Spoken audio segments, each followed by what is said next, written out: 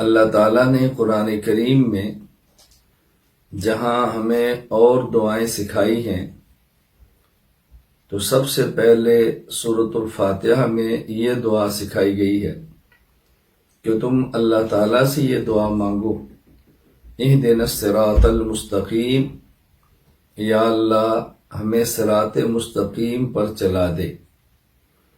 اب صراط مستقیم کی علامات جو قرآن کریم نے بیان کی ہیں، صراط الذین انعمت علیہم غیر المغضوب علیہم ولا الضالین، جن پر اللہ کا انعام ہے، انبیاء علیہم السلام، صحابہ کرام رضی اللہ عنہم اجمعین، شہداء اور صالحین علیہم الرحمہ، ان کا نقش قدم یہ صراط مستقیم کی علامت ہے۔ یہاں دو باتیں اچھی طرح سمجھ لیں۔ قرآن کریم نے صراط الذین انعمت علیہم بھی فرمایا، غیر المغضوب علیہم ولا الضالین بھی فرمایا، یعنی جن پر اللہ کا انعام ہے ان کے راستے پر چلنا ہے، اور جن پر خدا کا غضب اور جو ضالین ہیں ان کے راستے سے بچنا ہے۔ مغضوب اور ضالین یہ دو قسم کے لوگ ہیں جو منعم علیہم کے مقابلے میں ہیں، یعنی حق والے انعام یافتہ وہ لوگ الگ ہیں، اور ان کے مد مقابل جو لوگ ان کے خلاف ہیں، راہ راست سے ہٹے ہوئے ہیں، وہ دو قسم کے ہیں۔ ایک طبقہ وہ ہے کہ جن کے پاس علم اور معلومات ہیں لیکن ضد کی وجہ سے حق کو قبول نہیں کر رہے، جس طرح سب سے پہلا فرد اس کا ابلیس ہے۔ اور دوسرا طبقہ ان لوگوں کا ہے کہ جو حق اس لیے قبول نہیں کرتے کہ ان کے پاس علم نہیں بلکہ جہالت ہے۔ تو معلوم ہوا کہ حق کے قبول کرنے کا راستے میں رکاوٹ کبھی ضد ہے اور کبھی جہالت ہے۔ تو ہم نے ان دونوں چیزوں سے بچنا ہے، ضد بھی ختم کرنی ہے، جہالت بھی ختم کرنی ہے۔ ہمارے ہاں مرکز اہل سنت والجماعت سرگودا میں دو چیزوں کا بہت زیادہ اہتمام کیا جاتا ہے۔ نمبر ایک، عقائد اور مسائل کا علم سکھایا جائے۔ نمبر دو، تزکیہ، تربیت اور اصلاح کی جائے۔ جب انسان کے پاس علم آئے گا تو جہالت ختم ہو جائے گی، ضالین سے نکلے گا، اور جب انسان کا تزکیہ، تربیت اور اصلاح ہوگی تو ضد کا مزاج ختم ہوگا، قبول کرنے کا مادہ پیدا ہوگا تو مغضوب سے نکلے گا۔ عوام کے لیے تو ضروری ہے ہی، علماء کے لیے عوام سے زیادہ ضروری ہے کہ یہ عقائد اور مسائل کا علم حاصل کریں اور دلائل کے ساتھ کریں، اور ساتھ اپنی تربیت کا بہت زیادہ اہتمام کریں۔ یہ علماء اور طلباء کے لیے عام لوگوں سے زیادہ ضروری ہے۔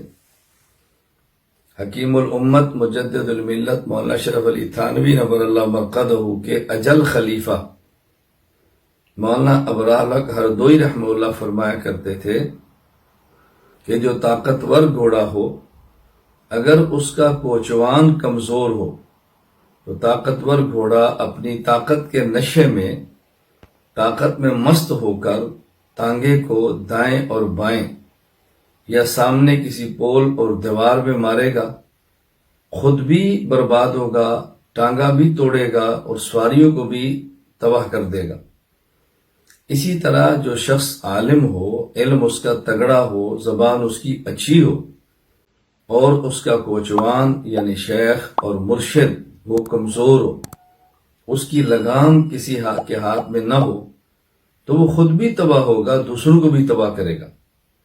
تو میں طلباء کرام سے بطور خاص یہ بات عرض کرتا ہوں، عقائد اور مسائل کا علم بھی حاصل کرنا ہے اور اپنی تربیت اور اصلاح بھی کرانی ہے۔ ان دو امور سے کبھی بھی غافل نہیں ہونا۔ الحمدللہ اس وقت میں صرف پاکستان کی بات نہیں کر رہا، پوری دنیا کی بات کر رہا ہوں کہ عقائد کے حوالے سے کام جاری ہے۔ آپ اس کی ایک مثال سمجھ لیں، مرکز اہل سنت والجماعت سرگودا تو آپ کے سامنے ہے، جو آپ کو نظر نہیں آ رہا میں وہ عرض کرتا ہوں۔ اس وقت آن لائن تخصص فی العقائد الاسلامیہ کا جو ہم نے آغاز کیا ہے ای مرکز کے تحت، اس میں 20 ممالک کے تقریباً 422 علماء کا داخلہ ہوگا۔ 20 ممالک کے 422 علماء کا داخلہ ہے۔ ہفتہ اور اتوار 2 دن سبق ہوتا ہے، پاکستانی وقت کے مطابق رات 9 سے 11 بجے۔ ابھی رات بھی میرا اس میں سبق تھا، اصول عقائد پر سبق پڑھا رہا ہوں۔ تو بحمد اللہ تعالی پوری دنیا میں عقائد کے حوالے سے کام شروع ہے۔ ہماری خواہش ہے کہ ہم لسانیت، قومیت، عصبیت اور وطنیت ان چیزوں سے نکل کر کام کرنا چاہتے ہیں، اور یہی شریعت ہے۔ لیکن بعض علاقائی ضرورتیں ہیں جن کو نظر انداز نہیں کیا جا سکتا۔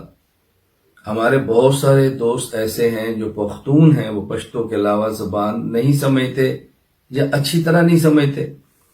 بہت سارے احباب ہمارے دوست ہیں جو بلوچی ہیں، سندھ سے تعلق رکھتے ہیں، کشمیر سے تعلق رکھتے ہیں، اور علاقوں سے تعلق رکھتے ہیں۔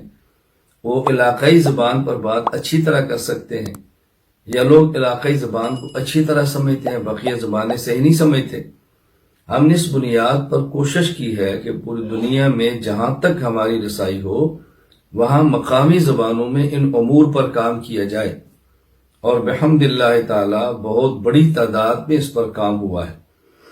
ہماری بعض کتب کا ترجمہ پشتو میں، فارسی میں، سندھی میں، انگریزی میں، اور ہندوستان کی کئی ایک زبانیں، تیلگو میں، گجراتی میں، بعض کا بنگلہ دیش میں، بعض کا فرانس میں، فرینچ میں، کئی ایک زبانوں پہ کام شروع ہے۔ کام کی آواز لگانا اور اخلاص کے ساتھ خود کو اس میں کھپانا یہ ہمارے ذمے ہے، اور اس آواز کو پورے عالم میں پہنچانا یہ ہمارے اللہ پاک کے ذمے ہے۔ ہمارے ذمے ہے ہم اپنا کام کریں، اللہ تعالیٰ اپنا کام بندے کی فکر اور سوچ سے بڑھ کے کرتے ہیں۔ اللہ تعالیٰ بندے کو نواز دیتے ہیں۔